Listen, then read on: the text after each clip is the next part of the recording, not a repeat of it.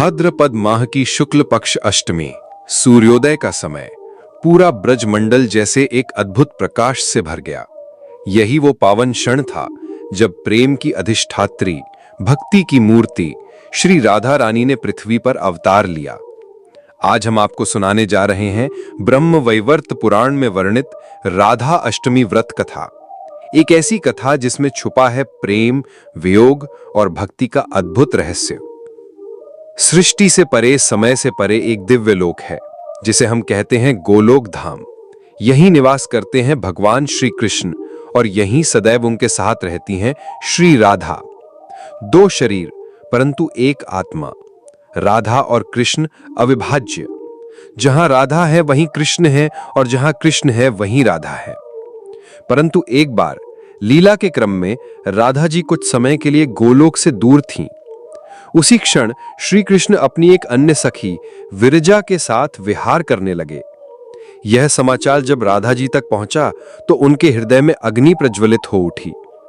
वे तुरंत वहां पहुंची और श्री कृष्ण से कठोर वचन कहने लगी। उनकी आंखें क्रोध से लाल थीं, उनकी वाणी गरज के समान गूंज रही थी। हे कृष्ण, क्या मेरे बिना आपका मन अस्थिर हो जाता है?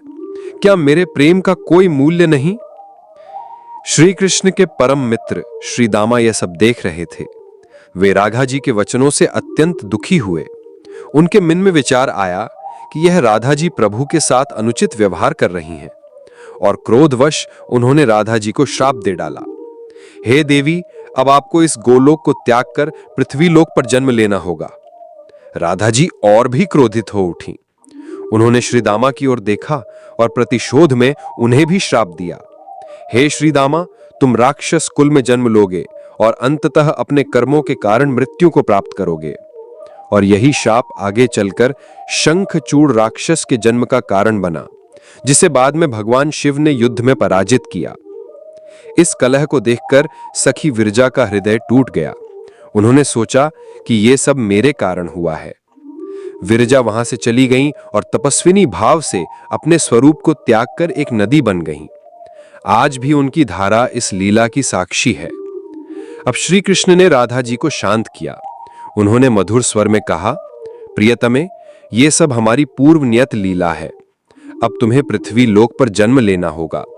वहां तुम वृषभानु जी और कीर्ति देवी की पुत्री बनोगी और सांसारिक दृष्टि से तुम्हारा विवाह रायाण नामक वैश्य से होगा, जो मेरा ही अंशावतार होगा। तुम वहां भी मेरी प्रिया स्वरूप में रहोगी, परंतु वहां हमें मिलन और वियोग दोनों की लीला का अनुभव करना होगा। समय आया, कीर्ति देवी प्रसव पीड़ा से गुजर रही थीं।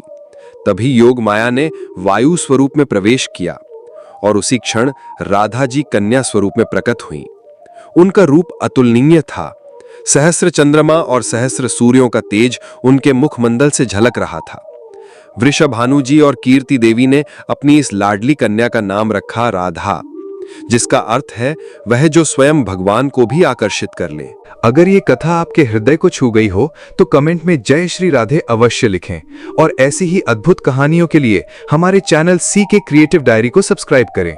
आपका हर एक सब्सक्राइब हमारे लिए नई प्रेरणा है।